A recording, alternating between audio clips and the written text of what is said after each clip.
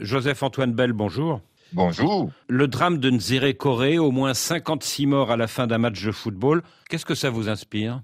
On ne va pas au foot pour mourir, donc c'est forcément bien qualifié de drame, mais c'est véritablement triste. Alors le match opposait l'équipe locale de Nzéré-Koré à celle de l'Abbé, et selon le témoignage du coach de l'équipe visiteuse de l'Abbé, c'est dans le dernier quart d'heure du match que tout s'est précipité. On est à 0-0, l'arbitre décerne 2 cartons rouges à des joueurs de l'Abbé, l'un des 2 ministres présents dans les tribunes fait annuler un carton rouge, le temps additionnel est écoulé, le match continue, l'arbitre siffle un penalty en faveur de l'équipe locale de Nzéré-Koré, et c'est à ce moment-là que tout dégénère, les pierres commencent à pleuvoir de partout sur le terrain. Votre réaction ?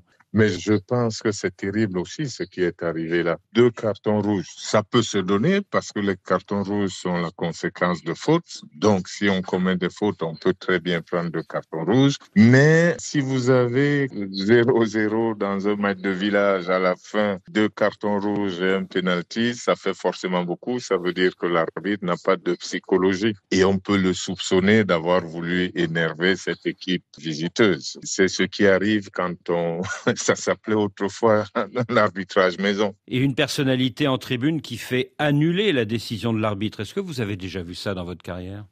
Oui, malheureusement, venant toujours de personnes du même type. À la Coupe du Monde de 82, souvenez-vous, au match de l'équipe de France, on pourrait réveiller aujourd'hui, ressusciter Michel Hidalgo. Le Tchèque croatien était descendu sur le terrain pour annuler une décision d'arbitrage. Bon, c'était inédit, c'est resté dans les annales, et puis ensuite, il s'est rattrapé en invitant Michel Hidalgo au Koweït.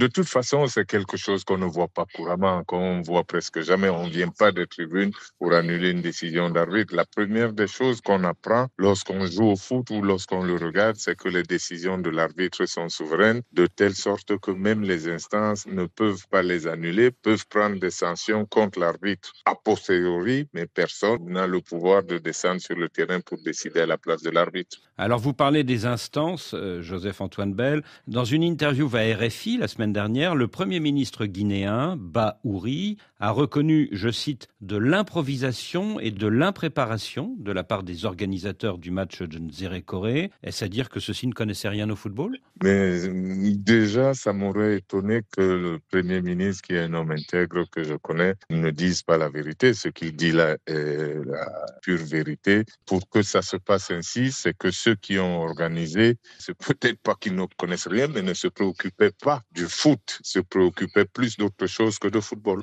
Ce match était la finale d'un tournoi de football organisé au nom du général Doumbouya, le président du régime de transition, et visiblement la Fédération guinéenne de football n'avait pas été associée à l'organisation de cette compétition. Ça vous inspire quoi ? Mais que lorsqu'on fait quelque chose au nom des autorités, ça peut être un match de village, mais au nom du chef de l'État, vous appelez soit des gens en fonction à la fédération, soit des gens qui ont occupé ou qui connaissent bien le foot, qui vous font ça de manière artisanale, mais de manière professionnelle. C'est-à-dire que dans un match de village, on n'a pas forcément à respecter toutes les règles FIFA, mais on a bien connaître le foot pour connaître les implications. Là, vous jouez, vous aurez du monde, vous avez associé le nom du chef de l'État, vous avez mis une grosse prime, il y a tout pour qu'il y ait de l'affluence et de la passion. Et quand il y a des dizaines de milliers de spectateurs, on n'improvise pas l'organisation du match. Non, à chaque événement, vous prenez des spécialistes de cette organisation-là. C'est pour ça qu'on pense que les fédérations sont outillées pour organiser, qu'elles ont l'habitude. Mais si vous évitez la fédération, vous devez prendre des gens qui leur ressemblent. Par exemple, vous arbitrez un match de village, mais avec un arbitre à la retraite, mais pas avec un arbitre improvisé. Donc là, apparemment, rien n'était bon. Comment peut-on amasser des gens dans un stade qui aurait une seule sortie et comment peut-on avoir lancé des lacrymogènes dans une foule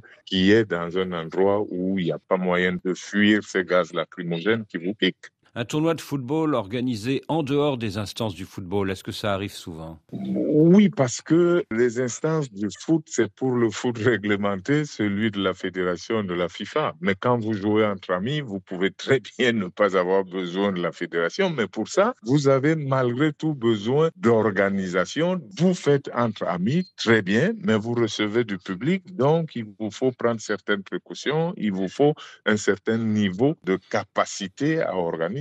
À l'origine du drame de Nzérékoré, il y avait donc un tournoi au terme duquel les organisateurs devaient remettre au vainqueur le trophée Mamadi Doumbouya, du nom du président du régime de transition, trophée doté d'une coquette somme d'argent. Est-ce qu'ici le football n'a pas été instrumentalisé à des fins politiques? Oui, et c'est là le problème, c'est qu'ils avaient pour objectif la politique et ils ont oublié le moyen qui était le foot. S'ils avaient mis des spécialistes du foot, le résultat serait le même pour eux. C'est-à-dire, on a la récupération, il y a quelque chose qui est bien fait et puis voilà. Il n'est pas interdit de faire ça, mais il est interdit de mal faire. Donc moi, je veux bien qu'on organise un tournoi au nom du chef de l'État, mais pour ça, les organisateurs du tournoi doivent être de vrais organisateurs, comme les footballeurs qui vont jouer, vous ne prendrez pas des handballeurs pour jouer au football. Donc, chacun dans sa spécialité. Mais le problème avec ces gens-là, ils disent toujours travailler pour le chef de l'État, c'est qu'ils décrètent qu'ils ont toutes les compétences. Y a-t-il trop de politique dans le football, Joseph-Antoine Bell?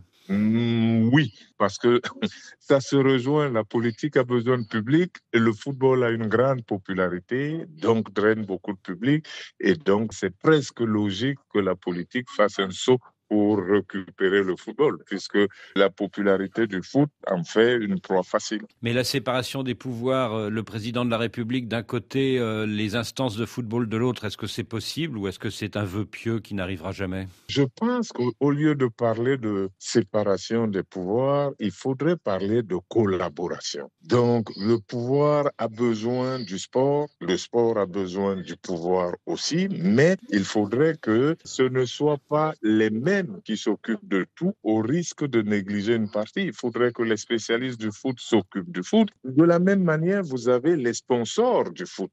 Et bien, les sponsors du foot ne s'occupent pas de foot. Ils apportent une contribution, ils s'occupent de l'image que va drainer le foot, mais des organisateurs du foot vont s'occuper du foot. Et des joueurs de foot vont s'occuper de jouer au foot. Donc, c'est un peu la même chose, sauf que les politiques, eux, ont du pouvoir. Et que ce pouvoir-là, il est très tentant de se l'arroger pour tout et de décréter qu'on peut tout, qu'on sait tout. Alors, à la suite de ce drame, plusieurs organisations internationales ont réagi, notamment la CEDEAO, mais on n'a pas entendu la CAF, la Confédération africaine de football. Précisément parce qu'aucune association de la Confédération africaine de football n'était concernée. Et là, il n'y avait pas d'arbitre ni CAF ni FIFA dedans. Il n'y avait aucun officiel CAF ou FIFA. S'il y avait eu des officiels CAF et si on avait accolé à ce match un quelconque label Fédération guinéenne de football, la CAF s'y serait intéressée. Mais vous n'attendez pas de la CAF un coup de gueule après ce drame? Pourquoi la CAF viendrait-elle pousser un coup de gueule en Guinée si la fédération guinéenne ne pousse pas d'abord de coup de gueule?